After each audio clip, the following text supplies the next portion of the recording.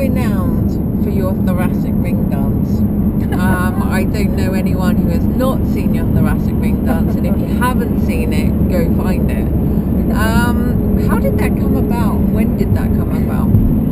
Well, I was teaching the biomechanics course. So the thorax used to be divided into a biomechanical course and a motor control course. And I taught the biomechanics course in Japan.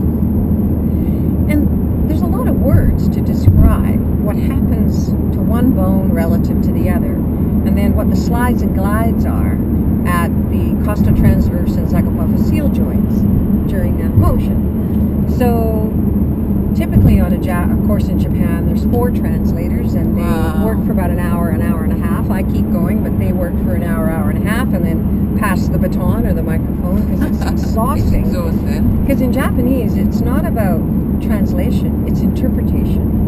Right. The language is so different. They have to understand what I'm saying and then interpret it and speak it back.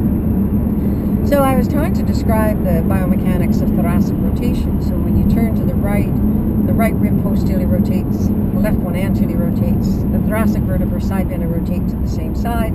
If you're in the vertebral sternal region, that means that the right costotransverse joint glides inferiorly, and the left one glides superiorly, rolls anteriorly. But in the vertebral chondral region, it's a planar joint. The rib sits on top of it, so we have a different glide. And the plane of that joint is in the anterolateral inferior posteromedial superior plane. So when the right rib posteriorly rotates, it glides anterolateral inferiorly, whereas the left one glides posteromedial superiorly.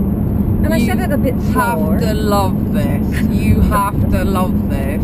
It's just, yeah, I am salivating biomechanics here. So I went a little bit slower, but I probably gave them that much information to interpret, at which point the translator put the microphone down and looked to the next person, who looked to the next person, who looked to the next person, and they all went, not taking that one on. So it's like, okay, well, how can I metaphorically simplify this to move on? Because without this understanding, okay, let's can the arthrokinematics, let's at least get the osteokinematics in it. So I developed this concept where, the arms are the ribs, your head is the superior vertebra, the middle of your chest is the inferior vertebra, and we just started doing this dance, right?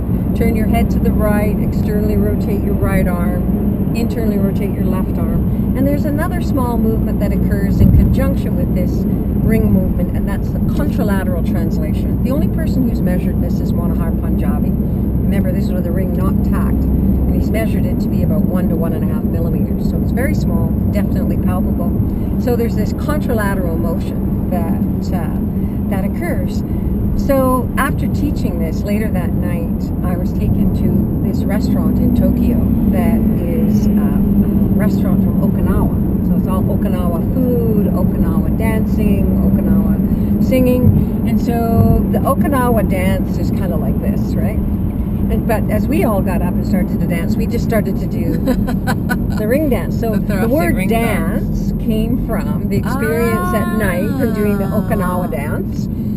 But we made it the thoracic ring, and we said this is thoracic ring dancing. So fantastic. That's where that came.